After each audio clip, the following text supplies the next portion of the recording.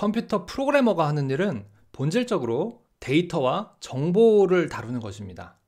이번 강의에서는 데이터와 정보의 기본 단위에 대해서 살펴보겠습니다. 왼쪽에 보시는 분은 정보 이론의 아버지라고 불리우는 클러드 셰넌입니다. 이분이 1948년도에 정보 이론의 초석을 다지는 중요한 논문을 발표하셨는데, 이 논문에서 정보의 기본 단위로 비트를 사용하셨습니다. 자, 비트에 대해 더 살펴보기 전에 우리가 자주 만나게 되는 두 가지 용어, 데이터와 정보의 차이에 대해서 잠깐 살펴보겠습니다. 우리가 현실에서부터 측정이나 관찰을 통해서 얻는 값들을 데이터라고 합니다.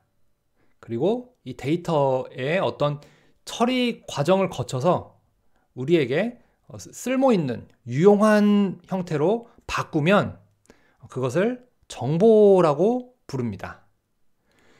예를 들어서 매일매일의 날씨를 측정했다라고 하면 단순한 데이터지만, 이제 어떠한 처리 과정을 거쳐서 그로부터 우리가 사용할 수 있는, 쓸모있게 활용할 수 있는 정보로 바꿀 수가 있는 거죠.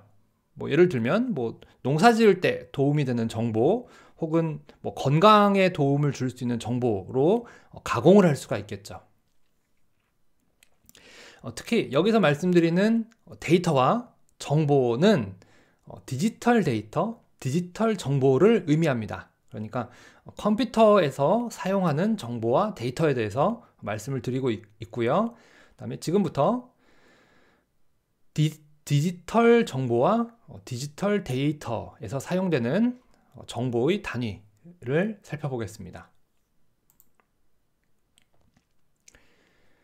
자, 앞에서 트랜지스터와 진공관까지 거슬러 올라가서 컴퓨터가 왜 이진수를 사용해야 하는가에 대해서 살펴봤습니다.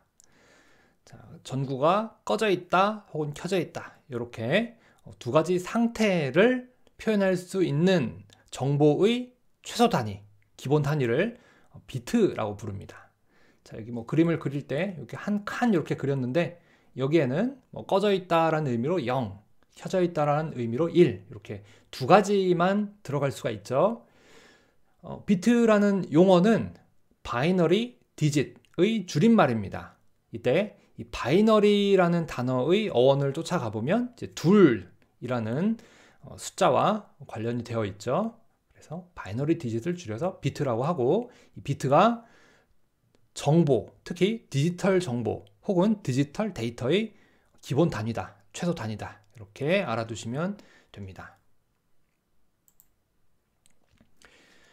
그리고 프로그래머로서 조금 더 자주 만나게 되는 용어는 바이트예요. 이 바이트는 8개의 비트를 묶어서 1바이트라고 합니다. 하나의 비트만 사용해서는 표현할 수 있는 정보가 0, 1, 딱 두 가지밖에 없죠. 그래서 묶음으로 사용을 할 때 이 바이트란 용어를 사용하는데, 결과적으로 이 바이트가 메모리 주소의 기본 단위가 됐습니다. 자, 우리가 주소를 이렇게 배정할 때는 집집마다 하나씩 주잖아요. 무슨 동 몇 호 이런 식으로 우리가 집 안에 있는 안방에도 주소를 주고, 거실에도 주소를 주고, 화장실, 그 다음에 부엌 이런 곳에 전부 다 주소를 배정한다면 주소가 너무 많겠죠. 그래서 묶어서 주소를 만들잖아요. 자, 비슷하게 생각을 하시면 됩니다. 그래서 메모리 주소의 기본 단위다. 그런데 왜 하필 8비트냐? 요거에 대해서는 이제 컴퓨터가 발달하는 과정에서 관습적으로 굳어진 숫자다, 이렇게 생각을 하시면 됩니다. 그래서 관습적으로 1바이트는 8비트다. 그리고 메모리 주소의 기본 단위로서 사용이 된다라고 알아두시면 됩니다. 그래서 이 측면에 대해서는 여러분들이 이제 나중에 프로그래밍 언어 기본 강의를 공부하실 때, 특히 C 언어나 C++ 언어 공부하실 때 조금 더 명확하게 공부를 하시게 될 겁니다. 그 다음에 워드라는 단어가 있어요. 그래서 워드라고 하면은 CPU가 데이터를 다루는 기본 단위예요. 앞에서 CPU의 작동 원리 공부를 하셨다면 레지스터의 크기다 그러면은 딱 이해가 가실 겁니다. 그런데 CPU가 전부 다르죠.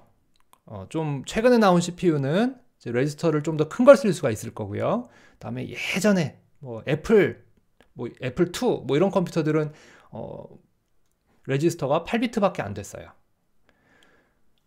바꿔 말하면 이 워드라는 용어는 일반적으로 고정되어 있는 게 아니고 CPU에 따라서 혹은 여러분들이 사용하시는 컴퓨터 시스템에 따라서 달라집니다.